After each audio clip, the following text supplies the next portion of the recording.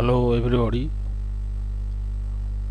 I am Mr. Pitambar Tripathi and coming back again to our Rashi series, राशि number 4 मतलब कर्क राशि। आज हम कर्क राशि के ऊपर हम बात करेंगे और ज़्यादातर अब देखा जाए तो कर्क राशि के लोग मिलने बहुत ही मुश्किल है और ख़ास करके जैसे कर्क राशि कर्क लग्न के औरत मिलना भी बहुत मुश्किल है, क्योंकि वो ऐसा है कि कर्क लग्न इतना अच्छा नहीं है, इतना बुरा भी नहीं है। और इसी के चलते हम जैसे कि बताने वाले हैं कि कर्क लग्न में जो आदमी पैदा होता है वह बहुत ही हार्ड वर्किंग टाइप का वो आदमी बन जाता है।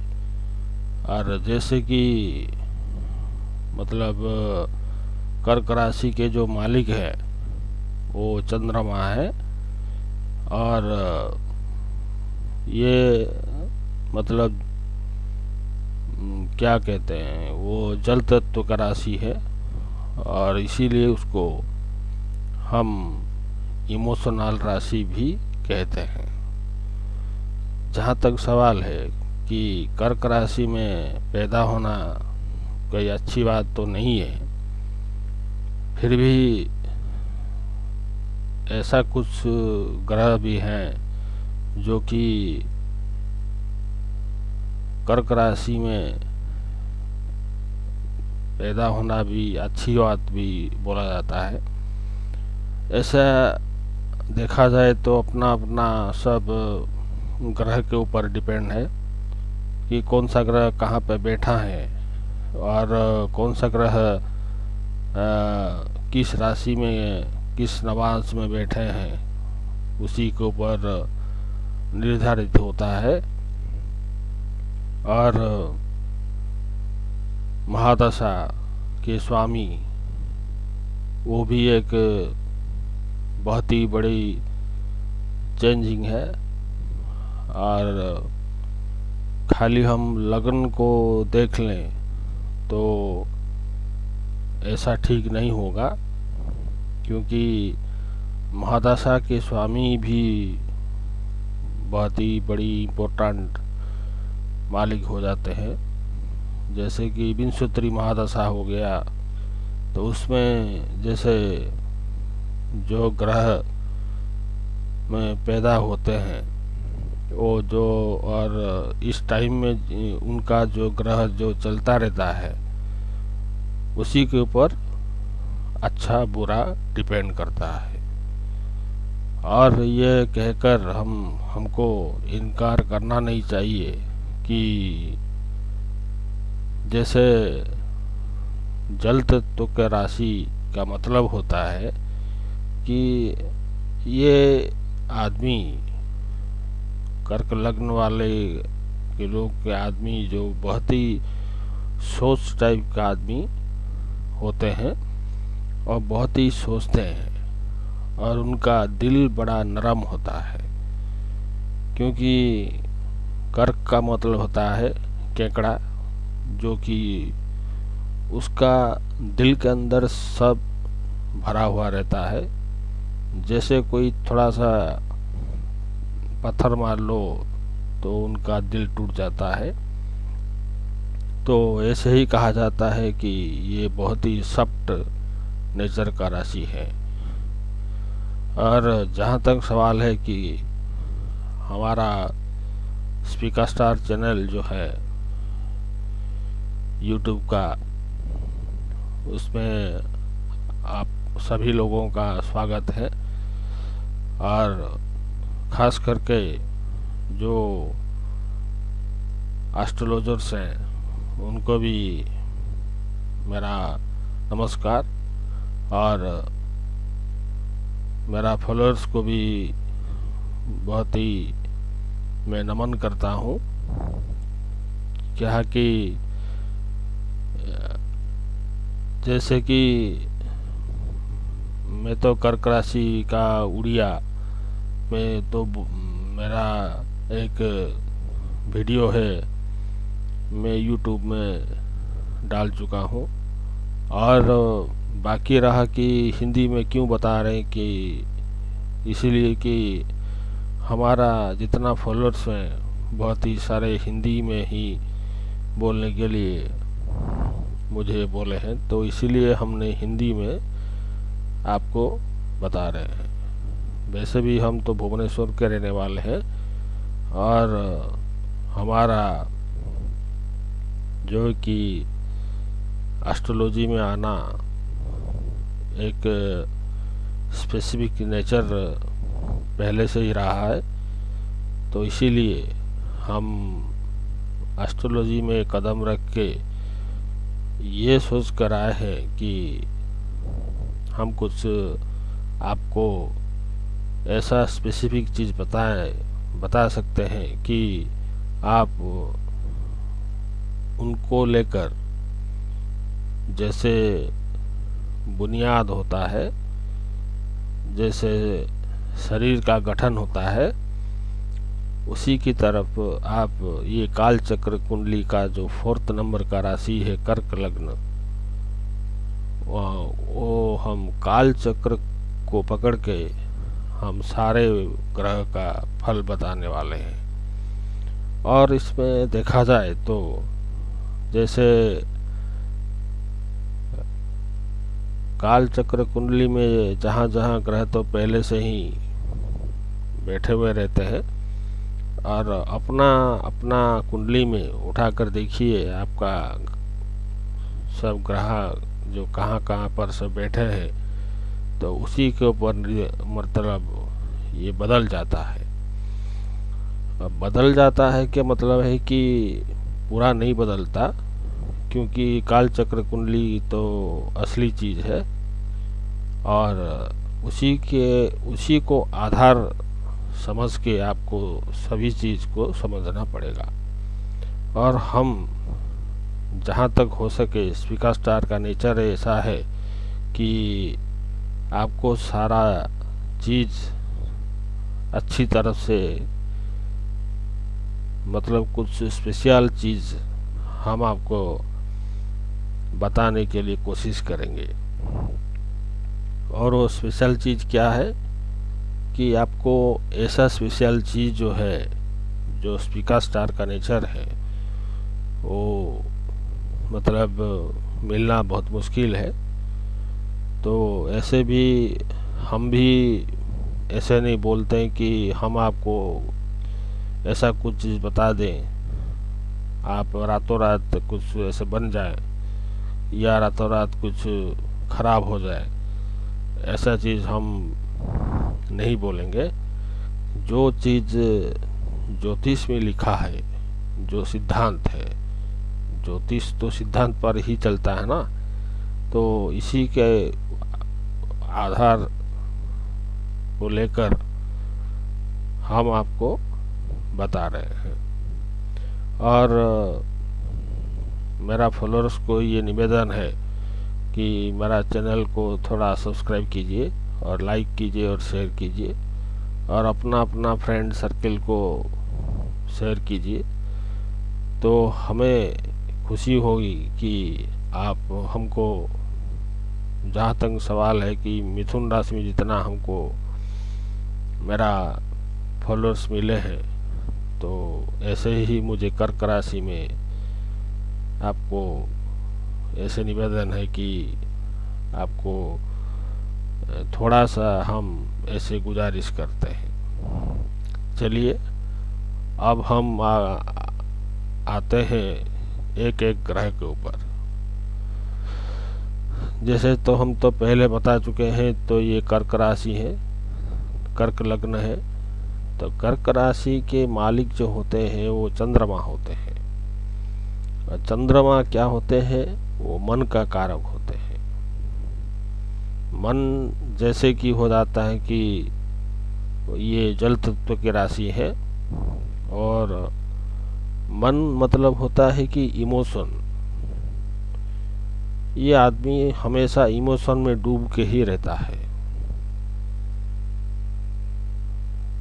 तो इसीलिए इसको इमोशनल राशि कहा जाता है। और ऐसे ही चंद्रमा जो है कि एकाधिपति है, उनका कोई और दूसरा घर नहीं है, तो एक ही राशि के मालिक हैं वो, जो कि कर्क राशि।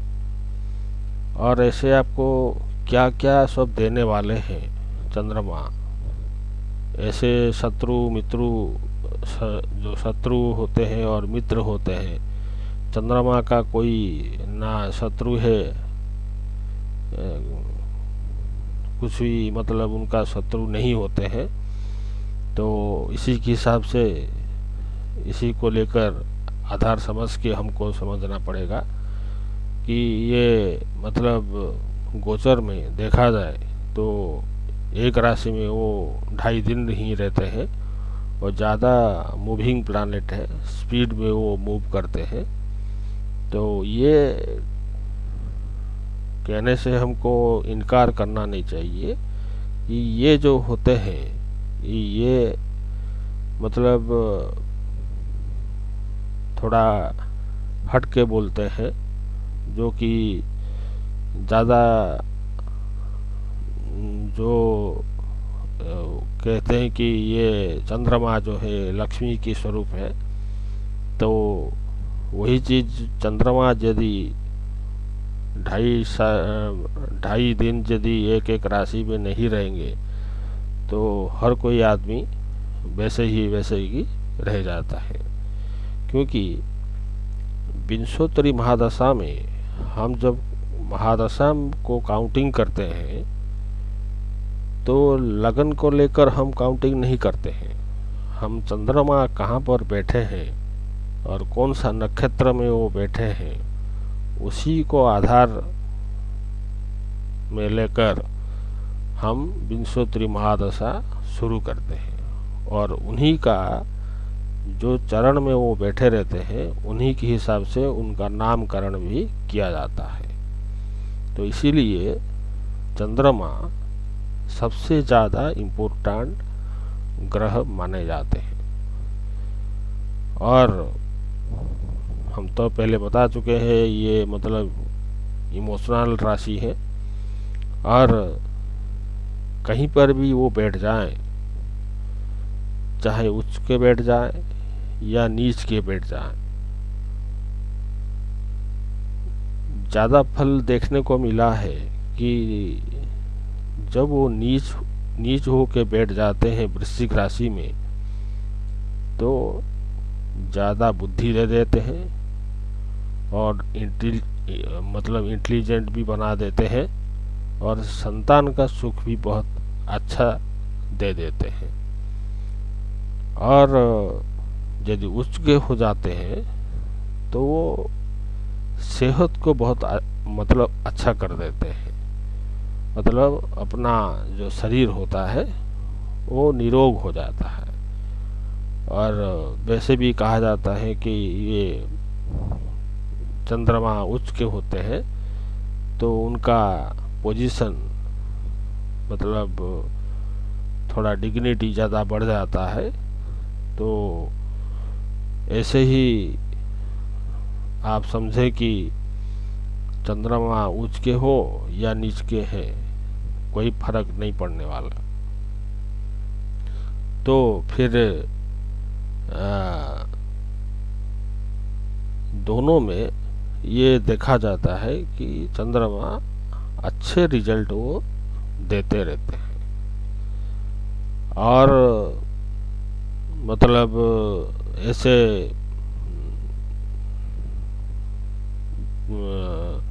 मतलब अब आ जाइए कि दूसरा ग्रह जो होते हैं वो सूर्य के ऊपर। यहाँ पर जो सूर्य जो महाराज जी हैं, वो क्या है कि दूसरे घर का मालिक हो जाते हैं। तो जैसे मतलब उन्हीं का भी एक ही राशि है, वो भी एकाधिपति है। यहाँ पर एक देखा जाए, ये सूर्य यदि अपने ही राशि में बैठ जाते हैं तो अच्छा है। तो अच्छा का मतलब क्या होता है कि वो मतलब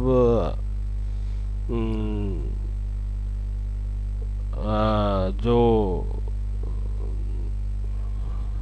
वही जो क्या कहते हैं, एक ऐसे स्थिति बन जाता है कि एक कहा जाता है कि उत्तम स्थिति कहा जाता है उसे। सूर्य जैसे कि अपने ही राशि में दूसरे ही घर में बैठ जाते हैं तो बहुत अच्छा परिवार मिल जाता है। और कहा जाता है कि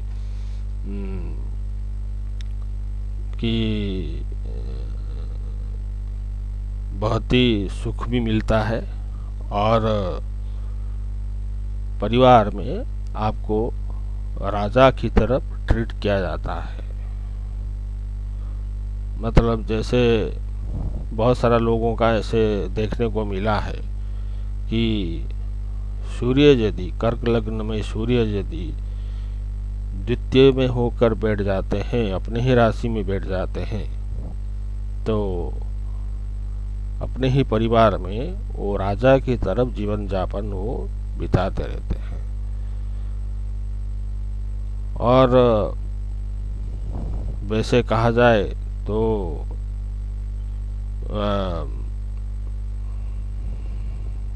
मतलब वैसे देखा जाए तो मैंने तो पहले से बता चुका हूँ कि कर्क लग्न में पैदा होना कोई अच्छी बात तो नहीं है। फिर भी सूर्य जो है अपने ही राशि में जैसे होकर बैठ जाते हैं तो बहुत ही ये एक उत्तम स्थिति कहा जाएगा। तो अभी सूर्य कैसे ही मतलब हो गए। अभी चलिए जैसे बुध के ऊपर, यहाँ पर जो बुध महाराज जी हैं वो तीसरे के और 12वें के स्वामी हैं। मतलब जैसे तीसरे के होकर वो उच्च के हो जाते हैं और वो 12वें को होकर वो न्यूट्रल हो जाते हैं। तो दो त्रिषणाय का मालिक होकर वो अच्छा ग्रह नहीं होते हैं। इस लग्न के लिए बुध अच्छा ग्रह नहीं है। यहाँ पर एक मतलब कहा जाता है कि यदि बुध का अपना मूल त्रिकोण राशि जो है जो कि तीसरा नंबर में पड़ता है कन्या राशि में होकर यदि वो बैठ जाते हैं तो पूरी कुंडली को वो खराब कर देते हैं। वही जो चीज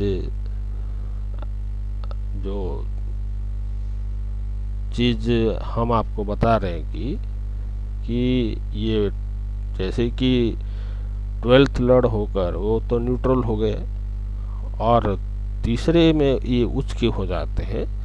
और यदि वो तीसरे में होकर वो यदि विराजमान हो जाए तो टोटली जो कुंडली आपका है वो खराब हो गया।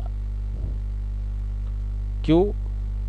वाणी है, वाणी बुद्धि मतलब जो बुध ग्रह है वो बोलने का वाणी को समझा जाता है, तो वाणी अपना बहुत ही खराब स्थिति के ऊपर वो चले जाते हैं, इसलिए उनको बुरा कहा जाता है। और बुद्ध यदि उनके ऊपर कोई पाप संबंध आ जाए और त्रिक में जाकर बैठ जाएं, मान लीजिए कि अष्टम में जाकर बैठ गए और पाप पीड़ित में भी यदि आ जाते हैं तो अच्छा है। वो बहुत ही धन दिला देते हैं। इस लग्न के लिए बुध जो कि 12th लॉर्ड है और तीसरे का स्वामी है, इसलिए वो खराब ग्रह जैसे हो जाते हैं।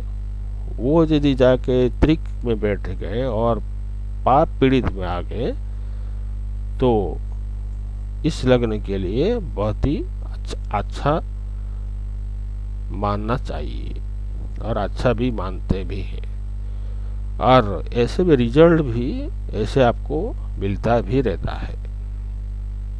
तो बुद्ध की बात तो हमने तो बता दिए। बुद्ध ऐसा ही प्लैनेट हो जाते हैं कि जहाँ तक उनका संबंध यदि शुभ संबंध आ गया बुद्ध के ऊपर तो फिर बलि हो जाएगा। बलि का मतलब होता है कि उनका स्ट्रेंथ बढ़ जाता है और वो तीसरे का रिजल्ट वो फिर देना शुरू कर देते हैं। तो बुद्ध का यहाँ ऐसे 8वें स्थान में यदि बुद्ध होते हैं, मतलब कुंभ में यदि बुद्ध जाकर बैठ जाते हैं और उन पर यदि पाप दृष्टि, पाप पीड़ित में यदि बुद्ध यदि मतलब आ जाते हैं तो एक इस लगने के लिए एक उत्तम स्थिति होता है। नहीं तो तीसरे का लॉर्ड, 12वें का लॉर्ड यदि उच्च का हो गया तो बहुत ही खराब है और कुंडली को पूरा वो बिगाड़ ही देते हैं। कैसे? बोल को अपना वाणी में वो कंट्रोल रख नहीं पाते हैं, जिसके कारण से वो समाज में बहुत ही खराब व्यक्ति बन जाते हैं। ये तो हो गया बुध की बात हो गया। अब चलिए शुक्र के ऊपर हम बात करेंगे। और शुक्र जो यहाँ पर देखा जाए तो ये एक तो चौथे का मालिक है, मतलब तुला राशि के हैं, और एक 11th लॉर्ड है, मतलब वृषभ के स्वामी है। इस लग्न के लिए चौथे घर का स्वामी जैसे मतलब दिग्बली होते हैं चौथे घर में शुक्र, यहाँ तो शुक्र जैसे दिग्बली हो जाते हैं। तो शुक्र यदि यहाँ पर होते हैं, कोई पाप संबंध यदि नहीं है तो फिर अच्छा है। और यदि वो 11th में जाकर बैठ गए और 11th का स्वामी भी है ये, तो ये पापी कहलाते हैं। तो शुक्र जो है वो भी चंद्रमा को शत्रु भी समझता है। और बुध भी जो थे वो भी मतलब चंद्रमा को शत्रु भी समझते थे, और कहना हम भूल गए थे। और शुक्र भी ऐसे ही चंद्रमा को शत्रु भी समझते हैं। तो फिर आगे के लिए देखा जाए तो जैसे 11th का लॉर्ड होकर वो यदि उच्च के जाके हो जाते हैं तो फिर ये तो बड़ी खराब स्थिति हो गई। तो इसीलिए शुक्र को यहाँ पर 11वें का स्वामी जैसे मिला है तो ये सबसे ज़्यादा पापी हो जाते हैं। और यहाँ पर देखा जाए तो शुक्र जो है तो चंद्रमा को तो शत्रु तो मानते ही है। और एक बात है कि जब तक चंद्रमा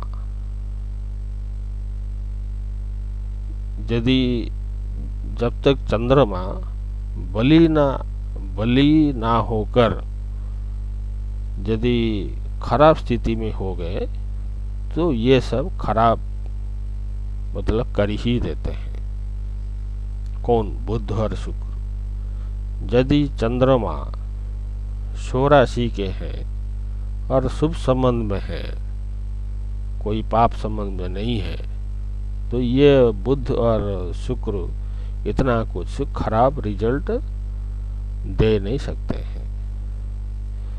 तो यही एक बात है कि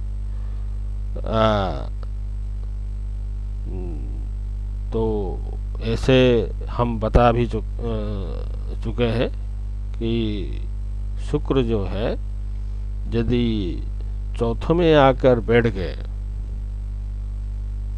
तो मतलब सभी व्यक्ति को ऐसे समझ में आता है कि मेरा तो शुक्र में चौथे में ही बैठे हैं, हमको गाड़ी मिलेगा, बंगला मिलेगा और पैसा भी मिलेगा, धन भी दिलाएगा। तो ऐसा भी देखा गया है कि शुक्र यदि शुभ संबंध में है तभी वो कुछ ना कुछ वो दिला देते हैं, और यदि पाप संबंध में आ गए तो फिर ये पूरी खराबी रिजल्ट वो देने के लिए तैयार हो जाते हैं। क्योंकि ये 11वें का स्वामी है। 11वें का स्वामी हमेशा पापी कहलाते हैं, और 11वें का स्वामी होकर यदि हम चौथे में यदि हम देखें तो तुला जो है चौथे का राशि जो उनका पड़ता है वही जो की है कि 11वें में वो तो पापी होते हैं, चौथे में वो दिग्बली होते हैं। यदि चौथे में यदि होकर वो बैठ जाते हैं और यदि कोई संबंध उनका ऊपर यदि कोई राहु केतु ऐसा मतलब कोई ग्रह यदि या मंगल यदि ना देख रहा हो तो शुभ संबंध में हो तो ऐसा कुछ वो दिला देते हैं। मगर ऐसा समझना भी नहीं चाहिए, क्योंकि शुक्र 11वें का स्वामी ऐसा मतलब भूलना नहीं चाहिए। 11वें का स्वामी हमेशा पापी ही मतलब पाप रिजल्ट ही देते रहते हैं। तो यहाँ पर ऐसा देखा जाए तो बहुत सारा ड्रामा भी हो सकता है इधर। तो क्या क्या ड्रामे हो सकते हैं कि चौथे का स्वामी 11वें का स्वामी यदि उच्च के हो गए तो पूरा बैंड बजा देगा ना। तो इसीलिए चौथे का स्वामी यदि एक चीज मतलब एक्सेप्शनल है कि चौथे का स्वामी यदि होकर वो चौथे में बैठ गए, कोई पाप संबंध नहीं है, यदि शुभ संबंध में है तो वो कुछ ना कुछ वो लगन को दिला देते हैं। मगर ऐसा भूलना नहीं चाहिए, शुक्र भी चंद्रमा को शत्रु समझते हैं। तो बात यहाँ तक आ जाता है कि शुक्र यदि 12वें में जाकर बैठ गए, इस लग्न के लिए शुक्र यदि 12वें में जाकर बैठ गए तो कई हद तक अच्छा है। क्यों ना, ये जैसे चौथे का भाव हो गया, सुख का भाव हो गया, 11वें का भाव हो गया, लाभ का भाव हो गया, तो क्या लाभ मिलेगा? ये तो पापी लाभ, जो पाप लाभ मतलब है 11वें का स्वामी पापी कह लेते हैं, तो पाप का रिजल्ट ज़्यादा बढ़ा देते हैं। और ये यदि आकर व्यय स्थान में आकर बैठ जाते हैं, मतलब मिथुन में यदि बैठ जाते हैं, तो कहीं हद तक अच्छे रिजल्ट वो दिला देते हैं। तो सब न्यूलीफाई हो गया ना, ये पाप संबंध और उच्च के संबंध, और बाकी रहा कि आपका चौथे में पाप संबंध, दिग्बली होकर भी पाप संबंध, ये सब जैसे कि न्यूलीफाई हो जाता है जब वो शुक्र आकर कर्क लग्न में द्वादश स्थान में बैठ जाते हैं, तो ये अच्छा रिजल्ट वो देते हैं। मगर ये एक बात भूलना नहीं चाहिए कि ये चंद्रमा को शत्रु समझते हैं। चंद्रमा का तो कोई शत्रु है ही नहीं, मगर वो चंद्रमा को शत्रु भी समझते हैं। तो इसीलिए कहा गया है कि शुक्र को ऐसे थोड़ा ग्रह यहाँ पर बन जाते हैं। और जैसे हम ये भी मतलब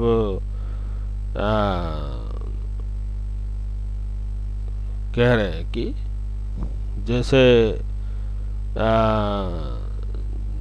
चंद्रमा जो है, जैसे शुभ संबंध, मतलब जैसे चंद्रमा के ऊपर हो, मतलब बृहस्पति यदि आकर लगन में बैठ गए तो फिर और भी बहुत बढ़िया रिजल्ट दिला देते हैं। और ये शुक्र बुध ये सब कुछ भी कर नहीं सकते हैं, वो भी मतलब उसी की तरफ वो रिजल्ट भी दिला देते हैं। और एक बात है कि जब बृहस्पति की बारी आएगी तब हम आपको ये बृहस्पति जाकर कर्क राशि में उच्च के होते हैं, तो ये भी आपको बताएंगे। तो सभी एस्ट्रोलॉजर ये समझते हैं जैसे कि चौथे का स्वामी चौथे में बैठा है तो हमको गाड़ी बंगला धन संपत्ति ऐसे सब मिलेगा, मगर ऐसा कुछ यहाँ लोग गलती कर देते हैं कि हमारा चौथे का स्वामी चौथे में ही बैठा है तो हमको ये सब दिलाएगा, मगर कुछ नहीं दिलाएगा। ऐसा भी है, ऐसे भी कई कुंडली हमने देखे हैं, ऐसा कुछ भी नहीं मिलता है।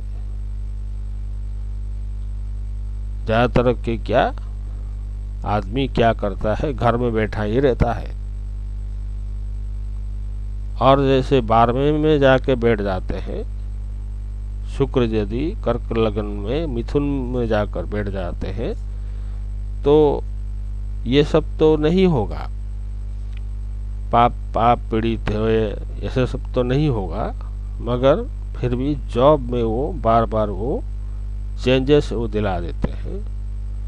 कहीं 3 महीना जॉब करे फिर छोड़ देना, कहीं 4 महीना काम करे फिर छोड़ देना, कहीं 2 महीना काम करे फिर छोड़ देना, ऐसे सब शुक्र यहाँ भी कर भी देते हैं। और ये यदि जाकर नवांश में यदि उच्च के यदि हो जाते हैं शुक्र, तो पर और खराब भी हो, मतलब वो रिजल्ट वो दिला देते हैं।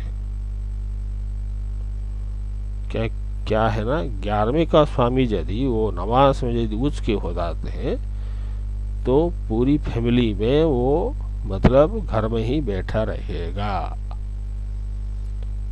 वो कुछ भी कर नहीं पाएगा। क्यों? उसका होकर तो उसका हाथ पैर तो काट दिए ना, कहाँ जाकर बैठेगा? तो जहाँ बैठेगा उधर में मतलब चंद्रमा का शत्रु है, तो ऐसे पापी भी मतलब 11th जो मतलब इनकम का स्थान है उनका स्वामी होकर वो पापी भी हो जाते हैं। तो फिर ये उच्च का होना, नवांश में जाकर मतलब उच्च का होना, ये अच्छा नहीं समझना चाहिए। तो शुक्र इस लगन के लिए इस तरफ का ग्रह बन जाते हैं। अब चलिए मंगल के ऊपर। मंगल की तो कहना ही क्या, मंगल भी मतलब इस लगन के लिए योग कारक ग्रह है। एक ही ग्रह है जो कि योग कारक कर्क लग्न के लिए, कर्क लग्न वालों के लिए मतलब एक ही ग्रह ऐसा है जो कि त्रिकोण का स्वामी है और एक केंद्र का स्वामी है। जहाँ पर भी भाई जाके बैठ जाते हैं उधर में वो अच्छे रिजल्ट वो दिला देते हैं। ये भी मतलब आपको हम कह रहे हैं कि ये मंगल का मित्र भी है। चंद्रमा जो है लगन के मित्र है, और ये यदि मतलब और भी बहुत सारा बोलना है आपको मंगल के बारे में। जैसे त्रिकोण का स्वामी और केंद्र का स्वामी चाहे उच्च के हो चाहे नीच के हो, उच्च कहाँ होते हैं? मकर राशि में। नीच कहाँ होते हैं? कर्क राशि में। कोई फर्क नहीं पड़ता है, दोनों में वो योग कारक ग्रह बन जाते हैं। तो इस लगन वालों के लिए मंगल बहुत ही योग कारक ग्रह बन जाते हैं। 12वें में यदि आके भी बैठ गए तो फिर खर्चा भी करा देते हैं, उसके साथ भी दिला भी देते हैं। पैसा आएगा भी जाएगा भी, मगर पैसा हमेशा भरा रहेगा पास में। योग कारक है ना, इसीलिए। और यदि केंद्र का स्वामी और त्रिकोण का स्वामी यदि उच्च के होके बैठ गए मकर राशि में, तो मतलब आदमी को जाकर हाई पोजीशन में जाकर वो पहुंचा देते हैं। अगर यदि मान लो कि यदि दशम का लॉर्ड होकर वो चतुर्थ को देखेंगे, लगन को देखेंगे, और त्रिकोण का स्वामी मतलब यदि मंगल यदि आके यदि वृश्चिक में यदि आके बैठ जाते हैं तो लगन भी खुश हो गया, क्योंकि लगन यहाँ कर मतलब नीच का हो जाते हैं। और धर्म पत्नी ऐसा जबरदस्त मिलेगी, पूरी टोटल आपको कंट्रोल वो करेगी। मतलब धनी पत्नी आपको मिलेगी, बड़ी धनी पत्नी आपको मिलेगी। ये मंगल का एक लगन का एक बहुत बड़ा ये ग्रह है जो कि यहाँ तक भी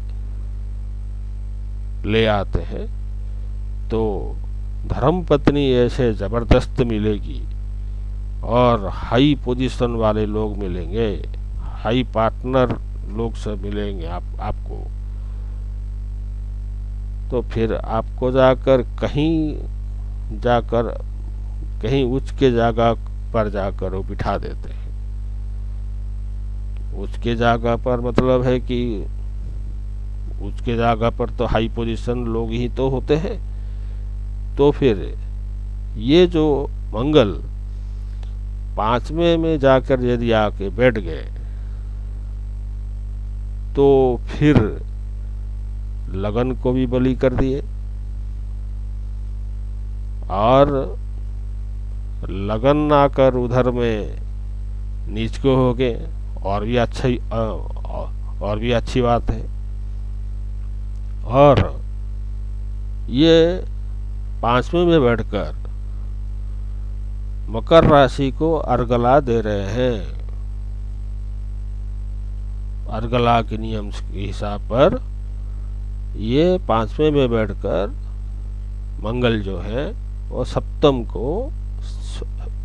स्थान अपना पार्टनर का स्थान होता है, लाइफ पार्टनर का मतलब स्थान होता है। तो फिर ये सप्तम को 5वें में बैठकर अर्गला दे रहे हैं। तो फिर आपको हाई पोजीशन वाले लोग तो मिल ही गए, और मतलब जबरदस्त पत्नी भी मिल गई आपको, बड़ी धनी पत्नी मिल गई आपको। और अगर यदि शनि भी यदि आकर यदि मिलकर वही 5वें में मंगल के साथ बैठ गए तो फिर कहना ही क्या है, और भी बड़ा जबरदस्त हो गया। क्यों ना मंगल मकर राशि में उच्च के होते हैं। ये आपको भूलना नहीं चाहिए कि मंगल का उच्चय से शनि महाराज, तो शनि महाराज यदि आकर अपना उच्चेश के साथ यदि आकर बैठ गए, या उच्चेश जाकर शनि के साथ यदि आकर बैठ गए 5वें स्थान में, तो यही स्थिति एक उत्तम स्थिति होती है इस लगन वालों के लिए। और आपको name, fame, dignity, high position वाले लोग, बड़ा बंगला, बड़ा कार, ऐसे सब नामी दामी लोग सब मिलेंगे, और आपको लाइफ पार्टनर भी बड़ा जबरदस्त लाइफ पार्टनर मिलेंगी आपको। तो इसीलिए कहा गया है कि मंगल इस लगन वालों के लिए बहुत ही योग कारक ग्रह बन जाते हैं। तो फिर ऐसे भी मतलब हम आपको बोल रहे हैं कि मंगल जो है, जैसे दोनों के संबंध, जैसे त्रिकोण और केंद्र का स्वामी दोनों एक ही ग्रह है, तो मतलब है कि विष्णु और लक्ष्मी के मिलन जो होते हैं, लक्ष्मी नारायण का रूप स्वरूप होते हैं। तो यहाँ पर भी मंगल जैसे आके मकर में बैठ जाते हैं और रुचक नाम का पंच महापुरुष योग बनाते हैं। तो ये मंगल की बात है। और बात है कि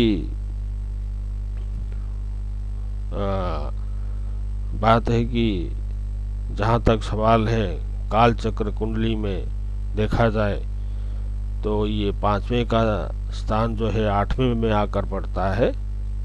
तो फिर 8वें में आकर पड़े या 12वें में आकर पड़े, कोई फर्क नहीं पड़ता है इस लग्न वालों के लिए। तो इसलिए तो बोल रहे हैं ये चंद्रमा का भी मित्र भी है,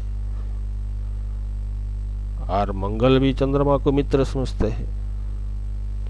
और वृश्चिक जो लगन है, वृश्चिक राशि जो है, ये भी ये जल तत्व की राशि है। और कर्क राशि जो है ये भी जल तत्व का राशि है। दोनों आपस में यदि समा जाए तो फिर आपको कहाँ से लेकर कहाँ जाकर वो बिठा देते हैं। तो यही मंगल का आपको बोलना था। इस तरफ का मंगल इस लगन वालों के लिए बन जाते हैं। अब चलिए बृहस्पति महाराज जी के ऊपर। बृहस्पति तो आप नैसर्गिक शुभ ग्रह है। दोनों तो शुभ ग्रह तो आपको नवग्रह में मिलेगी, एक तो शुक्राचार्य और एक बृहस्पति, जो कि नैसर्गिक रूप में शुभ कारक है, मतलब शुभ ग्रह है। और यहाँ पर देखा जाए एक अजीब सा सिचुएशन है कि बृहस्पति इस लगन के लिए 6वें स्थान का मालिक और 12वें स्थान का मालिक वो बन जाते हैं।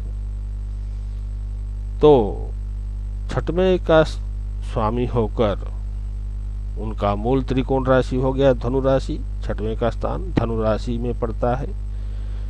तो ये 6वें में यदि आकर मतलब 6वें का जो स्वामी यदि उच्च के हो गए तो फिर आपको बड़े शत्रु, बहुत ही बड़े बड़े शत्रु आपको भी दिला देते हैं। और क्या है कि 12वें का स्थान जो है वो न्यूट्रल है। और वैसे भी देखा जाए तो धनु राशि से बृहस्पति अष्टम होकर कर्क में जाकर मतलब उच्च के होते हैं। इसीलिए नेम फेम तो दिला देंगे, मगर उसके साथ थोड़ा सा बदनाम भी आपको दिलाएंगे और उसके साथ बड़े बड़े शत्रु भी दिलाएंगे। क्या है कि ये उच्च के होकर जैसे लगन में आके बैठ गए तो ये फिर नवम को ही देखेंगे, अपने राशि को भी देखेंगे, मीन राशि को देखेंगे। मीन राशि तो पंचम स्थान मतलब अपना स्थान को भी देखेगा।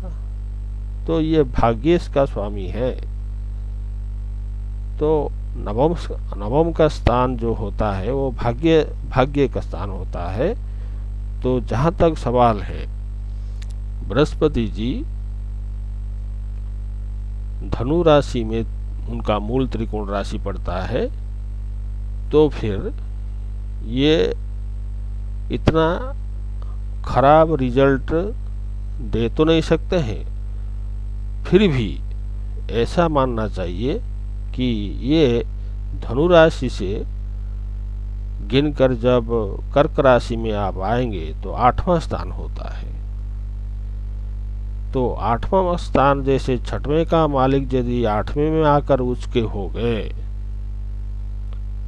और वो इसीलिए तो कहा गया है कि आपको बड़े बड़े शत्रु आकर आपको दिला देंगे, रोग ऋण मतलब व्याधि भी आपको दिला देंगे।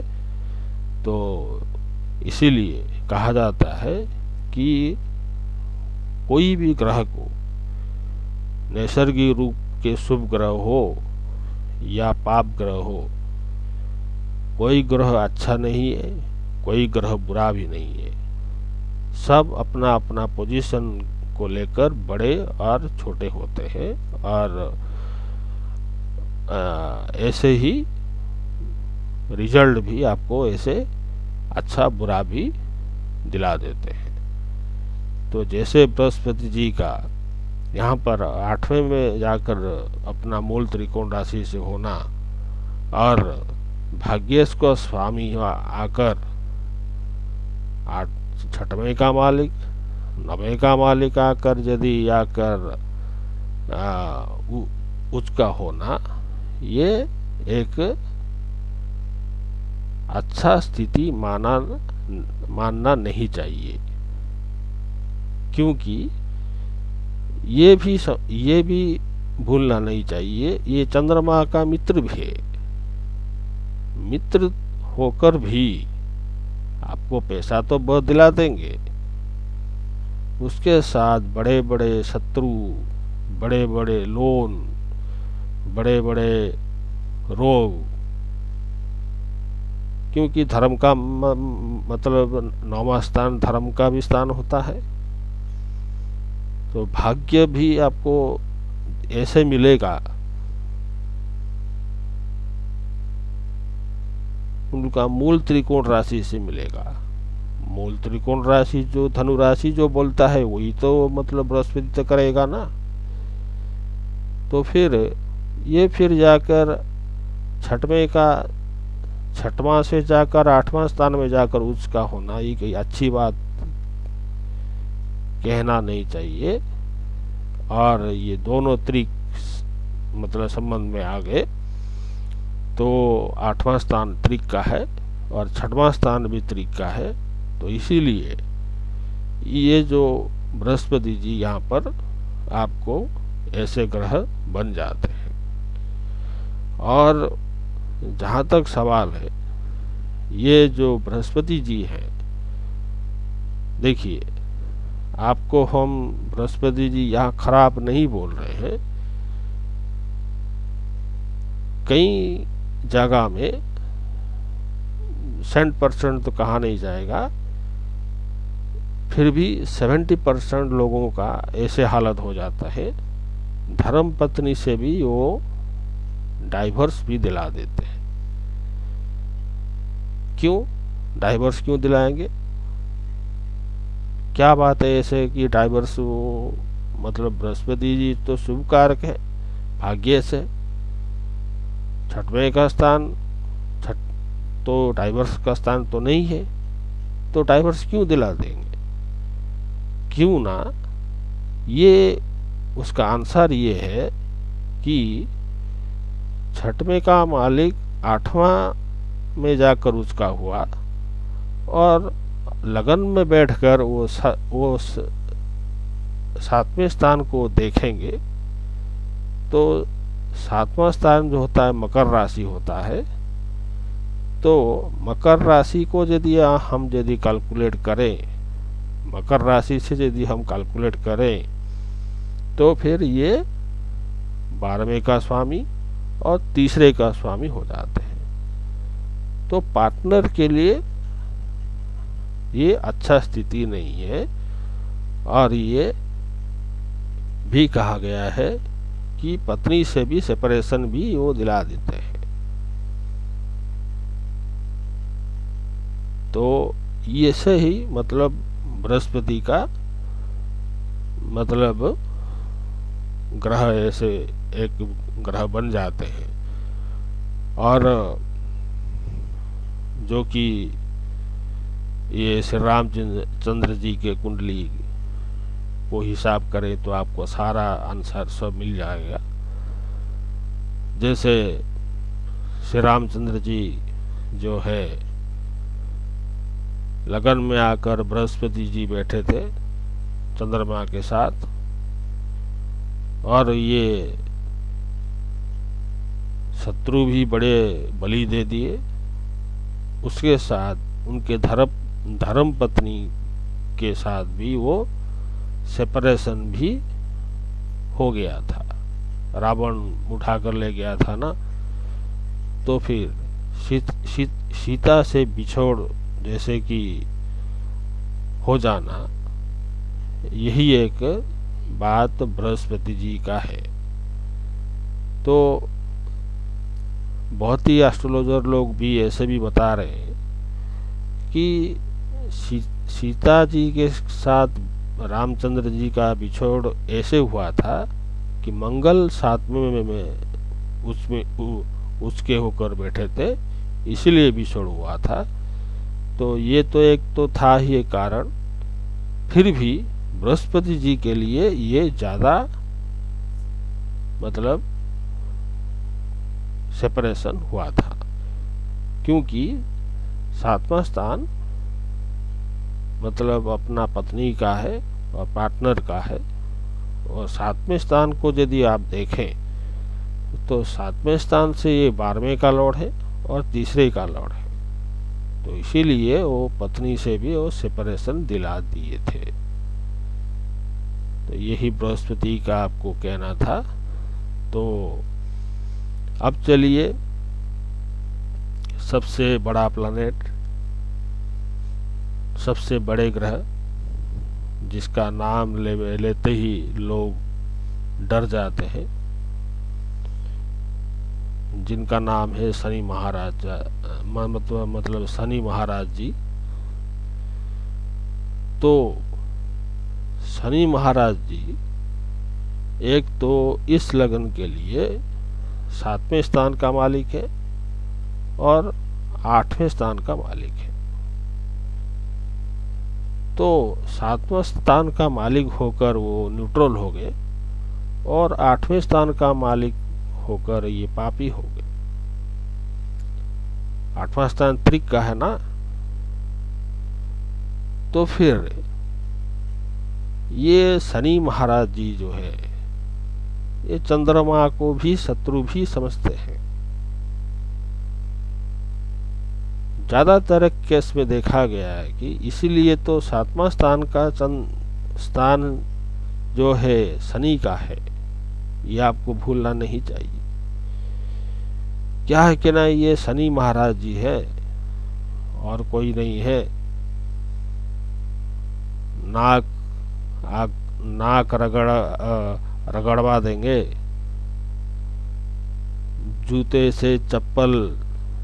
जूते से आपका सोल खत्म हो जाएगी पैदल चल कर। ऐसे ग्रह ये है। तो फिर शनि महाराज जी जिसके भी मतलब अंतरदशा में आ गए या महादशा में आ गए, तो आदमी लोग का बहुत ही खराब पोजीशन हो जाता है। कोई भी आदमी हो, शनि को सभी लोग मतलब डरते हैं। इसलिए ये मतलब ये प्रैक्टिकल के ग्रह है। जैसे कि आपको हम एक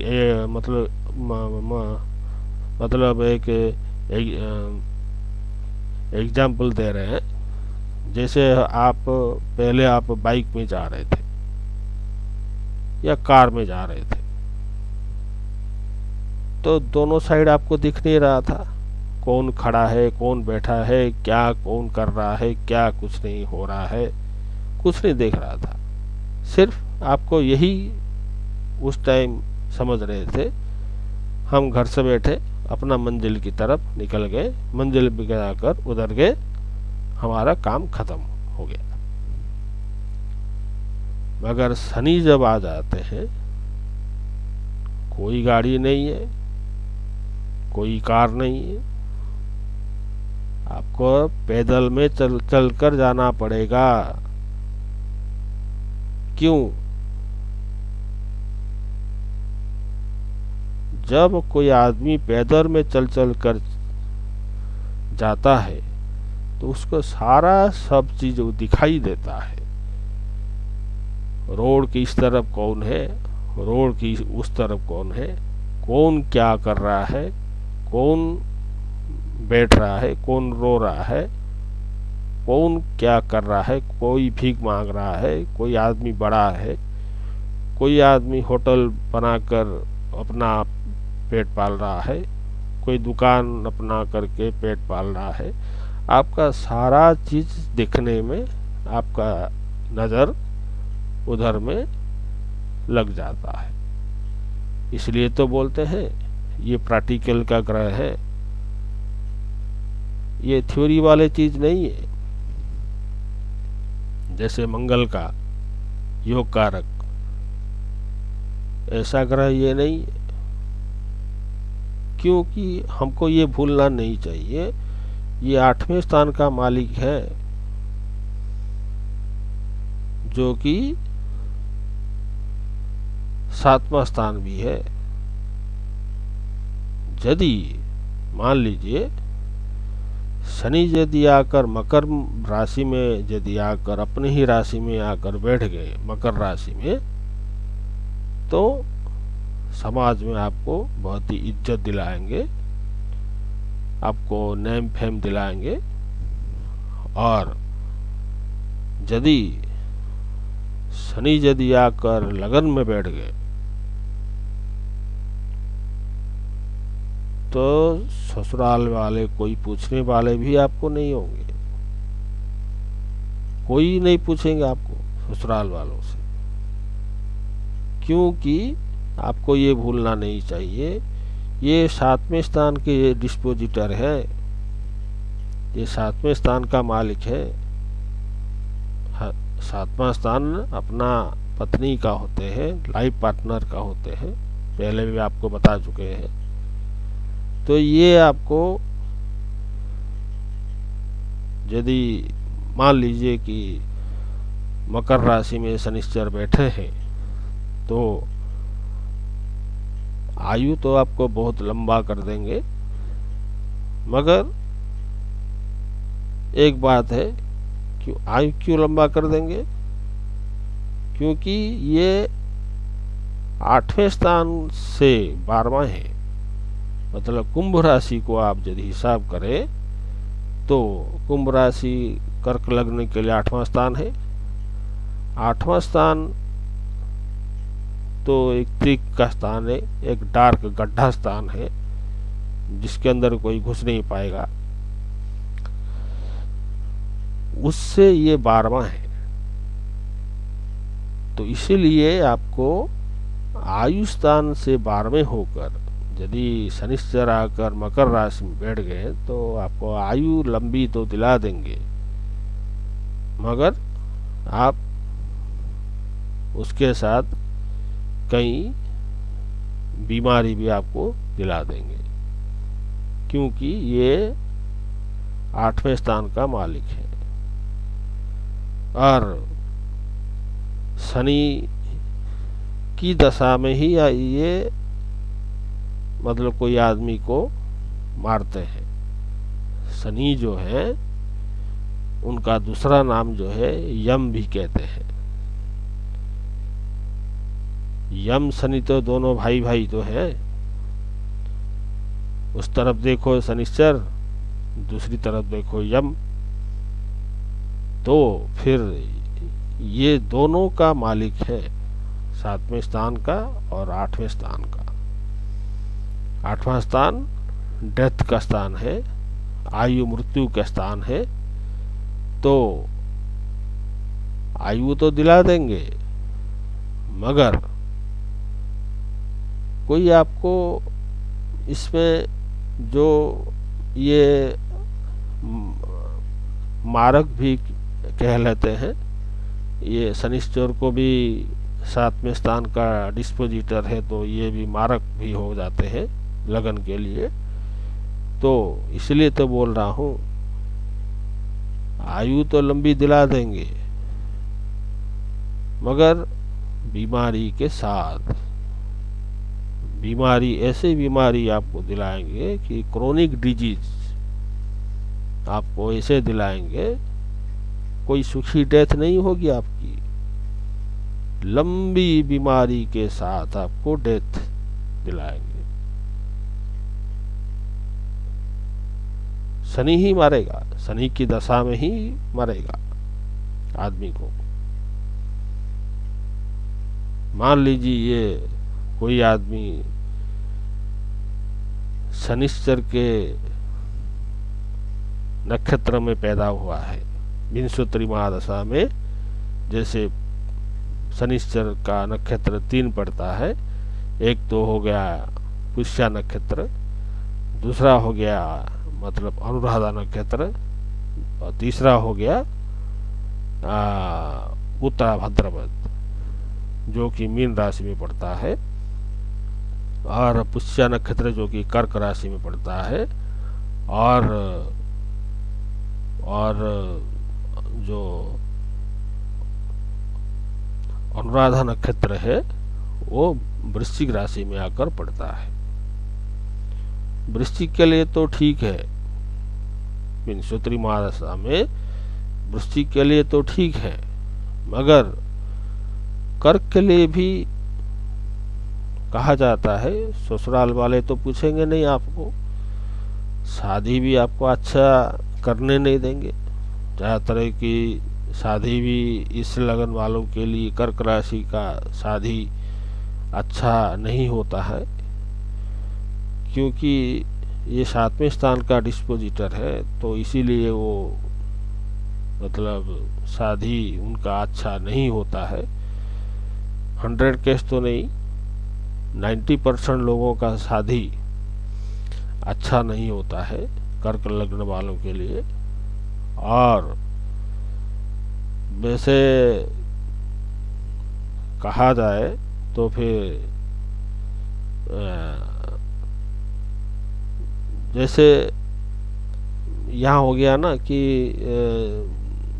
आयु का स्थान से 12वां मकर राशि में बैठ गए, तो फेम तो दिला देंगे, डिग्निटी दिला देंगे, इज्जत दिला देंगे, सब दिला देंगे, मगर आपको उसके साथ जैसे मकर राशि में यदि बैठे हैं, कहीं हद तक वो अच्छे भी हैं।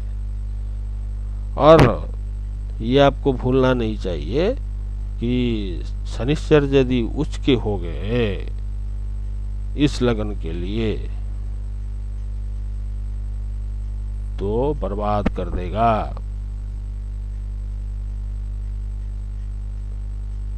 क्यों ना, शनिश्चर जो है लगन के लिए पापी है, तो ये पापी ग्रह जब आकर मतलब तुला में मतलब तुला में आकर उसके होते हैं, यदि वो तुला में आकर ही बैठ गए तो और बर्बादी कर देगा। उसके हो गए ना, 7वें का लॉर्ड 8वें का लॉर्ड आकर यदि उसके हो गए तो फिर आपको ज्यादा बर्बादी वहीं पर कर देते हैं। और यदि ये मेष राशि में है, नीच के हो गए हैं, शादी तो बढ़िया चलाएंगे, मगर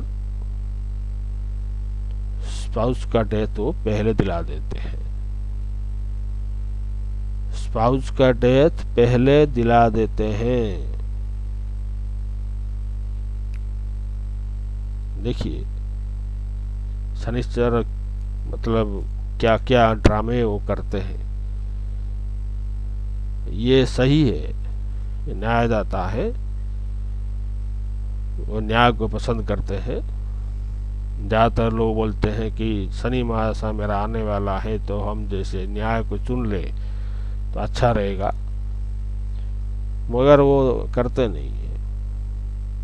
शनिश्चर जो है ना, ये जन्म जन्म का पाप का हिसाब लेकर वो बैठे हैं। पूर्व जन्म में आपने क्या किए थे सब ग्रह भूल जाएंगे, मगर शनिश्चर आपको ऐसा पिटाई करेंगे, रोडपति बना देंगे इस लग्न वालों के लिए। कहीं भी हो, कोई भी लग्न हो, शनिश्चर को सही यदि समझेंगे तो ये एक डेंजरियस प्लैनेट है, और सही से समझे तो फिर ये अच्छे प्लैनेट भी है, अच्छे ग्रह भी है। ज्यादा मतलब हार्ड वर्किंग भी वो दिला देते हैं। तो हार्ड वर्किंग का मतलब होता है ज्यादा एक्सपीरियंस वो दिला देते हैं, आदमी को ज्यादा एक्सपीरियंस वो बना देते हैं। जैसे शनिश्चर में कोई पैदा होना, मतलब पुष्य नक्षत्र में या अनुराधा नक्षत्र में या पूर्वा भाद्रपद नक्षत्र में जन्म लेना अच्छी बात तो नहीं है, मगर ये जो है कि पुष्य नक्षत्र जो है ये बृहस्पति उनका कारक होते हैं, तो इसीलिए कहीं हद तक वो अच्छे हैं। और अनुराधा नक्षत्र जो है वो सबसे स्ट्रांग नक्षत्र है। नक्षत्र के 27 नक्षत्र में वो अनुराधा नक्षत्र ही एक ही नक्षत्र है जो कि बहुत ही स्ट्रांग नक्षत्र माने जाते हैं। तो यही इस सब चीज़ के लिए अच्छे हैं। मगर ये उत्तरा भाद्रपद में जैसे अपना सम राशि में जाकर बैठ गए तो वहीं पर किसी का जन्म होता है तो पर भी ये अच्छे हैं। मगर ये आपको भूलना नहीं चाहिए, शनिश्चर प्रैक्टिकल चीज है। आपको एक लेबर वर्कर टाइप का काम करने के लिए मजबूर भी कर देते हैं, और वैसे भी दुख भी इतना दिला देते हैं कि पूछो मत। रो रो कर आप थक जाएंगे, तब पर भी ऐसा आपको परीक्षा लेंगे, अग्नि परीक्षा लेंगे आपको, तब परिणाम में आपको ऐसा रिजल्ट वो दिलाएंगे, जिंदगी भर आपको बैठकर आपको शानदार की तरफ आप जीवन जापन बिता सकते हैं। देखिए, जो आदमी मेहनती होकर वो मतलब पढ़ाई करता है, बहुत ही कष्ट में होकर रहकर वो पढ़ाई करता है, वो आदमी बड़ा बनता है। तो कष्ट का मतलब क्या होता है? वो शनिश्चर ही है। शनिश्चर आपको कष्ट देते हैं। कष्ट का मतलब आपको कष्ट तो कष्ट ही है, दुख तो दुख ही है। तो फिर आपको दुखी समय, दुखी जीवन होकर आप जैसे बिताते हैं तो आपको ज़्यादा तो एक्सपीरियंस मिल गया ना। आपको ज़्यादा एक्सपीरियंस जैसे मिल गया तो आपको कहीं ऐसे साधारण आदमी नहीं है। आप एक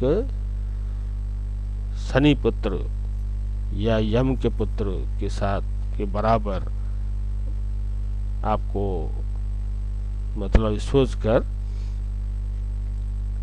मतलब परेशान होना नहीं चाहिए, और अच्छे भी मानना चाहिए कि हम यम के बेटे हैं, शनिश्चर के बेटे हैं।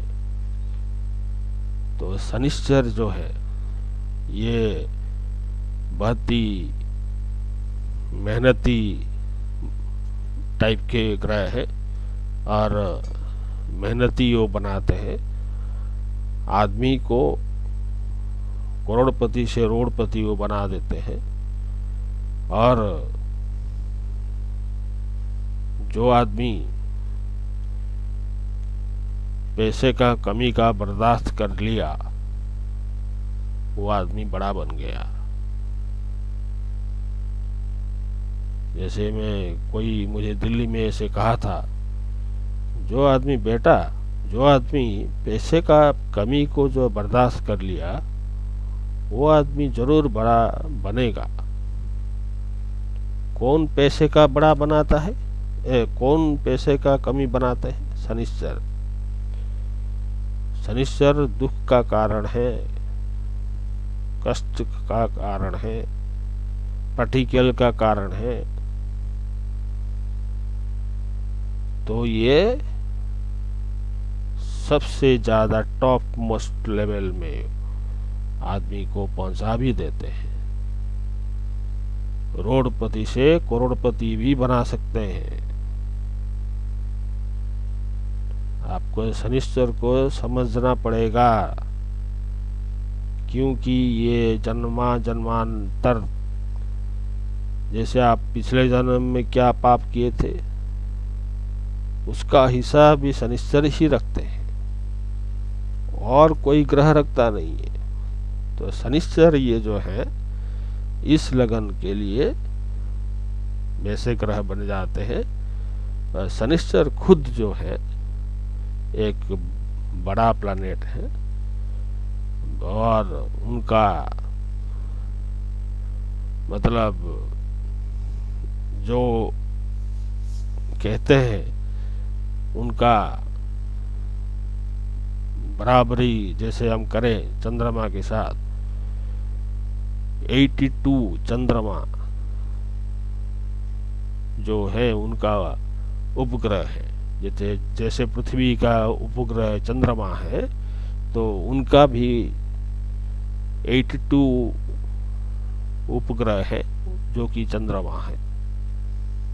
चारों तरफ फैल कर वो रहते हैं चंद्रमा। इसीलिए तो कहा गया है कि स्पीका स्टार में आपको अंतरिक्ष चीज ज़्यादा मिलेगा। तो फिर क्या ज़्यादा मिलेगा आपको? यही सब चीज। तो मान के चलिए शनिश्चर आपको कष्ट तो दिलाते हैं, मगर ये बड़े आदमी भी बनाते हैं। न्याय आता है तो आपको खुश होना चाहिए, डरने वाले की कोई बात नहीं है। आपको खुश होना चाहिए, हम शनिश्चर के बेटे हैं या यम के बेटे हैं। ऐसे यदि पूरा अपना लेंगे दिल से, मन से, तन से, तो कोई काम आपको कष्ट रहने वाला नहीं होगा। सभी आदमी आपको बराबरी नज़र में आएंगे, सभी आदमी आपको इज्जत दिलाएंगे, सभी जैसे भी कि हम जैसे आपको पहचानेंगे, आप तो हमको ऐसे ही पहचानेंगे ना। यदि आपको अच्छे पहचानते हैं, आप हमें क्यों खराब सोचेंगे हमारे लिए? तो ऐसे ही दिल से, मन से, तन से, अपना पंचात्मा से शनिश्चर को बिठा लीजिए और बेड़ा पार कर देंगे, कहीं इज्जत दिला देंगे, समाज में नाम रोशन करवा देंगे। पत्थर को पिघलाकर जो आदमी कष्ट झेलते हैं वो तो शनिश्चर ही दिलाते हैं ना। तो इसीलिए शनिश्चर को हम ज़्यादा नहीं बोलना चाहिए।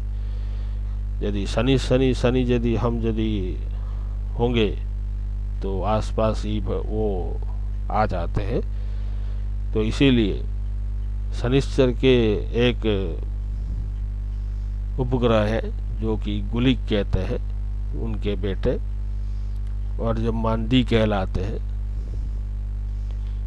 वो भी मतलब यम के समान है। तो देखिए शनिश्चर चारों तरफ से फैलकर, जैसे रावण ने मांगा था, क्या मांगा था? हमको एक ऐसा बेटा दीजिए जो कि उसका सारे नवग्रह एकादश में ही होंगे। हमने कहा था क्या? एकादश स्थान पाप स्थान होता है, मगर एकादश स्थान में जो ग्रह बैठते हैं वो शुभ होते हैं। मेघनाथ तो मरा कैसे? एक उपग्रह जो कि बाहर रह गया था वही उनको मारा,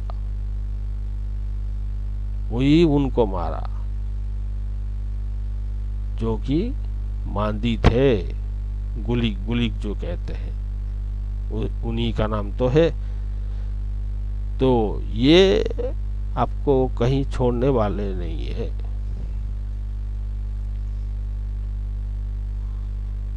पैदल चलवा कर आपको सारा चीज़ों दुनिया दिखाएंगे।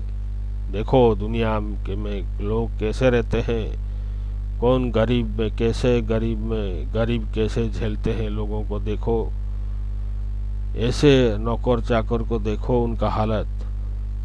देखिए ऐसे भी हमारा ये है ना, जगत में जितने सारे लोग काम करते हैं, कोई न कोई नौकरी करके पैसा इनकम करता है, कोई कोई व्यवसाय के कर अच्छा पैसा कमाता है, और कोई छोटा नौकरी कर भी अच्छा, मतलब छोटा नौकरी करके छोटा पैसा भी कमाता है। बहुत सारा टाइप का नौकरी होता है, और ऐसे हार्ड वर्किंग नौकरी भी होता है। तो ये जैसे कि सब हार्ड वर्किंग चीज है, तो उसको जैसे 1 साल 2 साल 3 साल जैसे कोई हार्ड वर्किंग में बैठ जाता है, तो ये वो आदमी समझ जाता है कि मेरा जिंदगी ही ऐसा है, तो चलाना तो है, मतलब पड़ेगा, परिवार को छोड़ भी नहीं पाएगा। तो इसीलिए शनिश्चर को अच्छी तरफ से समझो, नहीं तो बर्बादी, स्पाउस की डेथ, लंबी बीमारी के साथ निधन मतलब होना, और दूसरी तरफ आयु की लंबी, समाज में इज्जत, और रोडपति से करोड़पति, ऐसे आपको समझना पड़ेगा। इस लगन के लिए हम आपको जितना बताए हैं शनिश्चर के ऊपर, ये शनिश्चर पापी ग्रह है, जो ज़्यादातर केस में ये शादी उन लोगों का, कर्क लग्न वालों के लिए उनका शादी ब्याह अच्छा चीज में नहीं होता है। तो कई पर केस में देखा गया कि डाइवर्स भी मतलब हो जाते हैं, और अच्छा मतलब अच्छा क्या कहते हैं, जैसे रोजाना रोजी रोटी चलाना, ऐसे क्या बताएं हम आपको। तो शनिश्चर के ऊपर जितना भी कहा जाए तो उतना कम ही है। तो फिर शनिश्चर ऐसे ग्रह बन जाते हैं, तो तो आपको फिर तो सारा चीज हमने आपको बता दिए। और एक बात है कि जैसे मतलब बुध की बात करें तो या शनिश्चर को बात करें, तो शनिश्चर का फल जो है यहाँ कुंभ से उठाते हैं। कुंभ उनका मूल त्रिकोण राशि है, तो कुंभ से ही उठाते हैं, वो फल दिलाते हैं। तो कुंभ तो हो गया 8वां स्थान। 8वां स्थान क्या है? एक डार्क गड्ढा है, काला गड्ढा है, रंध्र स्थान है, ये रंध्रपति है। रंध्रपति जो है, तो शनिश्चर को ऊपर ज्यादा कहना कमी है, तो इसीलिए तो ये ऐसे प्लानेट हो जाते हैं। अभी जैसे मान लीजिए आपके लगन के स्वामी जो है चंद्रमा, यदि जाकर 12वें में जाकर बैठ जाते हैं, तो पर क्या होता है, उधर मन कहीं दूसरी की तरफ वो खींच लेता है। मन कहीं दूसरी की तरफ खींच लेता है। 12वें का स्थान कौन है? मिथुन राशि। मिथुन राशि के स्वामी कौन है? बुध है। तो चंद्रमा जो है बुध को मित्र समझते हैं, और बुध जो है वो चंद्रमा को शत्रु समझते हैं। तो आप ये समझ कर जाते हो, विदेश जाते हो, कि मैं अपना मित्र के घर जा रहा हूँ, उसमें रहकर मैं नौकरी करूँगा, पैसा कमाऊँगा, ऐसे सब चीज़ हम सोचते हैं। मगर ये आपके शत्रु हैं। बुध जी जो है आपको शत्रु समझते हैं। तो फिर क्या हुआ रिजल्ट? चंद्रमा मित्र समझते हैं, बुध उधर से शत्रु समझते हैं। वो डंडे मार कर मतलब डंडे मारते रहेंगे और आप उधर में रहकर झिलते रहेंगे। तो विदेश आपका डंडा है। आप ये सोचकर तो चले गए ना, हम अपना दोस्त के घर जा रहे हैं, हमको नाम इज्जत मिलेगा, शोहरत मिलेगा। क्या मिलेगा? डंडा ही मिलेगा। ज्यादातर केस में वो सक्सेस नहीं दिलाते हैं।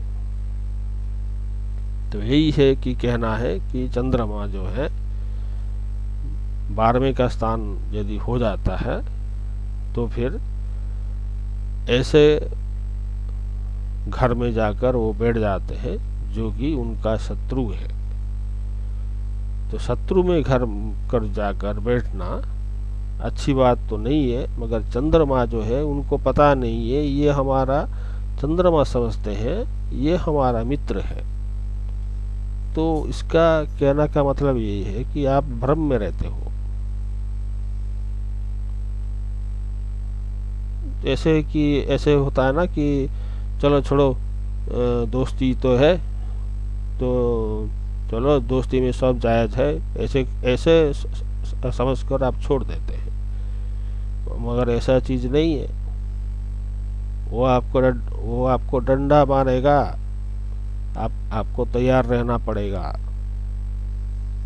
और यदि चंद्रमा के यदि हम बात करें, यदि वो एकादश स्थान में जाकर बैठ गए तो चंद्रमा खुश हो गए, क्योंकि एकादश स्थान तो पाप स्थान हो गया।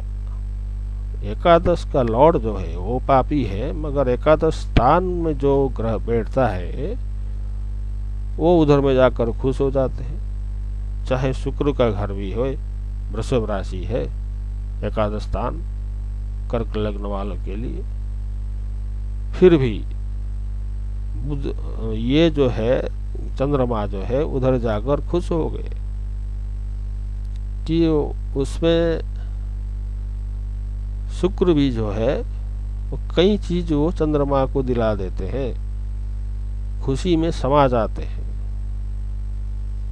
तो यही है कि जो हमने जितना आपको बताया, जो स्पीकर स्टार चैनल का मतलब है कि आपको सारा माइन्यूट डिटेल एक एक लग्न का बताना, यही तो है स्पीकर स्टार चैनल का नेचर।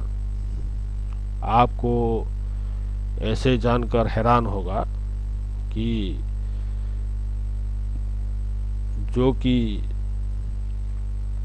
कष्टदायी है वो कष्ट मतलब कष्ट ही कहलाता है, जो सुखदायी है वो सुख ही कहलाता है। मगर दुख हमेशा लंबा होता है। दुख का मतलब दुख होता है। सुख, क्रोध, मोह, मत्सर्य ये सब थोड़े थोड़े टाइम के लिए है, मगर दुख जो है वो बहुत ही लंबे टाइम तक रहता है। तो इसीलिए आपको कर्क लग्न वालों के लिए ये संदेश है कि ये सारा ग्रह का खेल जो है ऐसा चीज है। तो हम आपको ये सब बताकर हम ये समझ रहे हैं कि आप समझ गए होंगे कि कर्क राशि, ये कर्क लग्न वाले का लाइफ और सारा ग्रह का फल कैसे होता है। अपना अपना कुंडली उठाकर देख ले, उसमें आपको सारा नजरिया, सारा माइन्यूट डिटेल चीज आपको मिल जाएगी। और बात रहा कि कर्क लग्न में 3 नक्षत्र पड़ते हैं। एक है पुनर्वसु, जो कि बृहस्पति जी उनके मालिक हैं, जो कि आपको मैंने कहा था पत्नी से सेपरेशन भी दिला देते हैं। और दूसरा चीज हो गया पुष्य नक्षत्र, जो कि शनिश्चर जी की है। और तीसरा नक्षत्र हो गया अश्लेषा नक्षत्र, जो कि बुध की नक्षत्र है। ये तीनों के तीन यहाँ के लिए अच्छे नहीं हैं,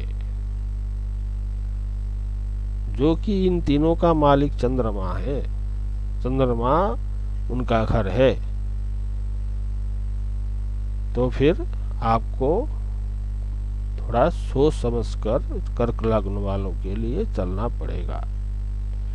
हाँ, मंगल यदि उसका है, मंगल यदि आपको अच्छा चीज, वो तो योग कारक है, तो कई छोटे छोटे चीज को लेकर पकड़ कर आपको बड़ा बनना है। हारना तो सिखाएगा नहीं कभी भी। मंगल तो सेनापति है, वो तो हमेशा कभी आपको हारना नहीं सिखाएगा। शनि प्रैक्टिकल चीज दिलाएगा, हार्ड वर्किंग दिलाएगा, एक्सपीरियंस दिलाएगा। और बृहस्पति जी आपको नेम फेम दिलाएंगे, भाग्यश है। और शुक्राचार्य जी जो है वो कई केस पर वो अच्छे भी हैं। और जो सूर्य महाराज जी है वो ज़्यादातर की वो त्रिक स्थान का संबंध आ जाता है तो खराब हो जाते हैं, और अपने ही घर में आकर यदि बैठ जाते हैं तो उत्तम स्थिति कहलाता है। और सूर्य जो है वो अपने राशि में बैठकर वो अष्टम को देखेंगे, तो इसीलिए सूर्य इस लग्न के लिए मित्र भी है। तो फिर सब चीज आपको बता दिए। तो ऐसा है कि आपको हम जबरदस्ती तो करने वाली बात तो नहीं है। ये ज्योतिष है, ये ज्योतिष का सिद्धांत है, ये ज्योतिष बोल रहा है। और ज्योतिष का जो लिखावट है, पराशर जी जो लिखे हैं, लघु पराशर और सर्वार्थ चिंतामणि और आपके भावार्थ रत्नाकर, ऐसे सब बहुत सारे जो ज्योतिष के किताब से मतलब जो सब चीज़ मिला है मैं आपको बता दिया हूँ। तो यही समझकर आपको चलना पड़ेगा। और ज़्यादातर केस में आपको एक निवेदन है कि मेरा चैनल को सब्सक्राइब कीजिए। मेरा जो स्पीकर स्टार चैनल है, जो कि हम गर्व से कह सकते हैं कि ये रॉयल कोवालिस स्टार का नक्षत्र का ये चैनल है। तो फिर आपको इसमें आपको जिंदगी का बुनियाद जो है, जिंदगी कैसे बना है, ऐसे सब आपको बहुत सारा चीज़ हम आपको आगे आगे दिलाएंगे। तो फिर हम अभी इतना कहकर हम आपसे आज्ञा लेते हैं। जय स्पीकर स्टार, जय भारत, जय इंडिया, जय जगन्नाथ।